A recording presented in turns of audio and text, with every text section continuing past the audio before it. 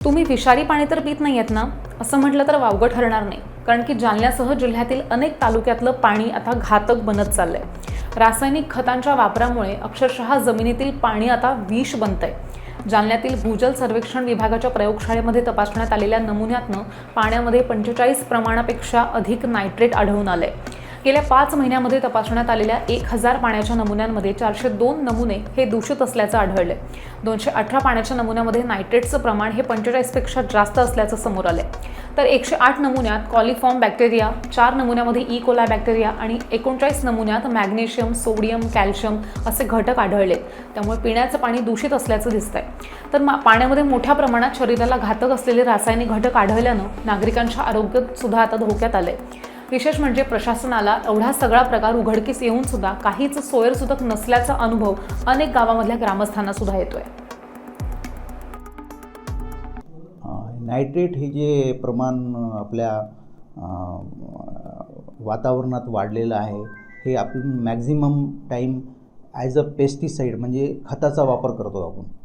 आणि खताचा वापर जे आपण पिकावर करतो आणि त्या पिकावाटे जे आपले धान्य आपण खातो आणि त्याच्या पद्धतीने लोक जे कामं करणारे आहेत त्यांच्यावर फार दुष्परिणाम त्याचे होतात. कारण की त्याची परमिसेबल जी तुम्हाला पॉलिसी आहे ती आपल्या प्रधान देश असल्यामुळं शेतकऱ्यांना माहिती असायला पाहिजे. आणि ते माहिती नसल्यामुळं ते कोणत्याही प्रमाणात खत जे आहे ते जास्तीच्या प्रमाणात दिल्या जातात आणि त्याच्यामुळं ते आपल्या शरीरात जातात.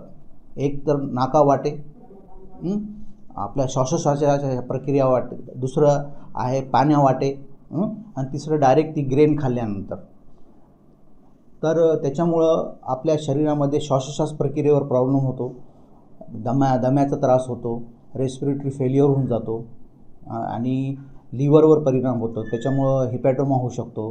तिसरं आहे आपले जे किडन्या असतात ते किडनी फेल्युअर होऊ शकते आणि शरीरावर दुसरे फार घातक परिणाम होतात. डोक्यामध्ये आपल्या ब्रेनवर सुद्धा ते जमा होऊन आपले जे फंक्शन असतात नेहमीचे त्याच्यामुळं फारसे डिसऑर्डर येत आहेत. तर ह्याला ऑर्गॅनोफॉस्फरस ही जी गोष्ट आहे त्या ग्रुपमध्ये नायट्रेट म्हणून सुद्धा येतं, जे की एकदम कमी प्रमाणात वापरलं पाहिजे आणि त्याच्यामुळं आपल्या शरीरावर दुष्परिणाम होणार नाही.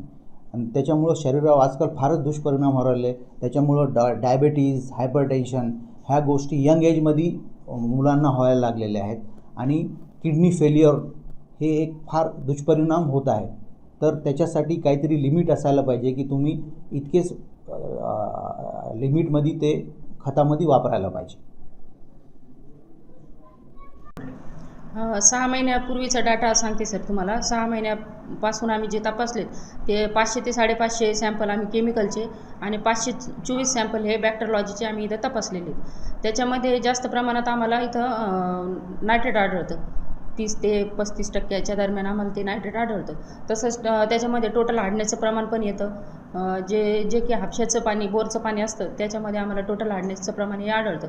आता टोटल हार्डनेस जर आढळलं तर त्या पाण्यामुळं केस गळतात किंवा मग पोटाचे पण काही विकार होतात टोटल हार्डनेसमुळं. आणि जे नायट्रेटचं प्रमाण आहे तर ते केमिकल वापरल्यामुळं जे शेतीमध्ये फर्टिलायझेशनसाठी वापरतात खतं वगैरे त्याचा जास्त प्रमाणात आता वापर व्हायला लागलेला.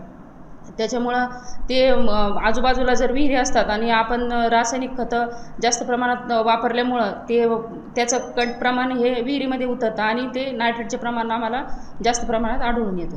एकंदरीत सॅम्पलपैकी किती टक्के पाणी तुम्हाला दूषित सापडलं? आम्हाला जर 100 सॅम्पल घेतले तर त्याच्यामध्ये 30 ते 40च्या प्रमाणामध्ये नायट्रेट, टोटल हार्डनेस असे 2-3 प्रकार येतात त्याच्यामध्ये. त्याच्यावर उपाय म्हणून काय करावं?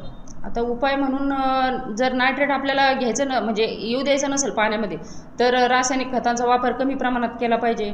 आणि जिथं आपला पाण्याचा सोर्स आहे, पाणी पिण्यासाठी आपण जे वापरतो त्या सोर्सच्या 100 फुटाच्या पर्यंतचा परिसर हा एकदम व्यवस्थित आणि स्वच्छ राहिलेला पाहिजे.